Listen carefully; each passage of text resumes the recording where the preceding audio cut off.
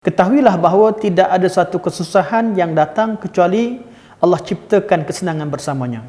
Tidak ada satu musibah yang tidak ada kebaikan.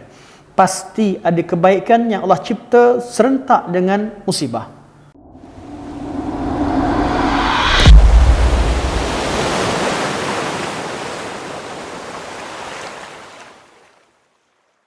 Alam nashrah laka sadrak wa wada'na anka wizrak alladhi anqadha dhahrak wa rafa'na laka dhikrak. Usul keempat, Allah sebut wa rafa'na laka dhikrak, dan kami angkat nama baik kamu. Nama baik kita di atas muka bumi ini adalah satu pemberian, bukan sesuatu yang diusahakan. Kemasyhuran kita bahawa sebagai seorang baik bukan sesuatu yang kita usahakan. Seseorang yang cuba mengejar glamour, dia takkan mendapatkannya kecuali dengan izin Allah. Dan glamour, satu kemasyhuran yang satu kita kenali dengan subjek glamour pada zaman sekarang, ataupun viral kebaikan itu hanya Allah yang beri. Kalau viral yang kita kejarkan tidak ada nilainya di sisi Allah Subhanahu Wa Taala. Namun apabila kita rahsiakan amalan kita, kemudian Allah yang angkat, wa rafa'na laka dzikrak, kami mengangkat sebutan nama baikmu, di sini satu nikmat yang besar. Rahsiakanlah amalan kita sehingga Allah Subhanahu Wa Taala yang membongkarkannya. Itu kerja Allah. Setelah kita taat pada Allah, kita sabar dengan musibah yang Allah timpakan pada kita, kita istighfar kepada Allah Subhanahu Wa Taala, insya-Allah Allah akan angkat nama baik kita di sisinya. Wa rafa'na laka dzikrak. Allah kata kepada Nabi sallallahu alaihi wasallam, dan kami mengangkat nama baikmu.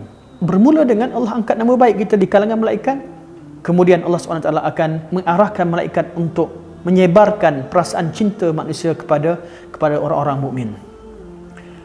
Alam nashrah laka sadrak wa wada'na anka wizrak alladhi anqadha dhahrak wa rafa'na laka dhikrak fa inna ma'al usri yusra. Sesungguhnya bersama dengan kesusahan itu ada kesenangan.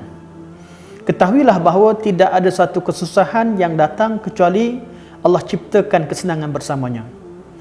Tidak ada satu musibah yang tidak ada kebaikan. Pasti ada kebaikan yang Allah cipta serentak dengan musibah. Fa inna ma'al usri yusra.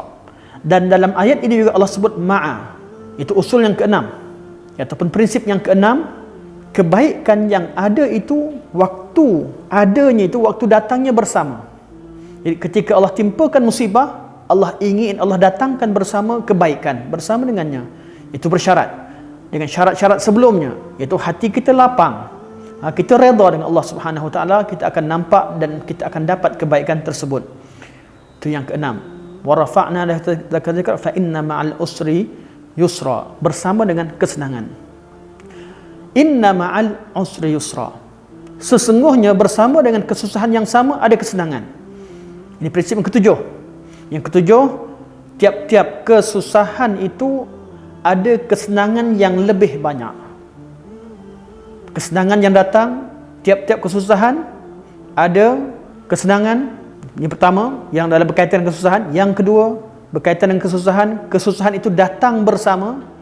Dan prinsip yang ketiga berkaitan dengan kesusahan, ataupun yang ketujuh berkaitan dengan kebahagiaan, kesenangan itu lebih banyak daripada kesusahan, dari kepayahan. Jadi bergembiralah tatkala Allah turunkan musibah pada kita, di sebaliknya ada kesenangan yang lebih banyak daripada kesusahan. Yang ke-8, fa inna ma'al usri yusran, inna ma'al usri yusra, fa idza faraghta, apabila kamu selesai. Takkan manusia hidup di atas muka bumi ini kekal dalam masalah. Allah pasti selesaikan masalah. Dan pengalaman hidup kita sekalipun, sejak pada kita kecil sampai sekarang, kita menghadapi banyak masalah, dan Allah telah pun selesaikan masalah tersebut dengan cara yang kita tak sangka-sangka. Dan ketahuilah, masalah yang sedang kita hadapi sekarang juga Allah akan selesaikan.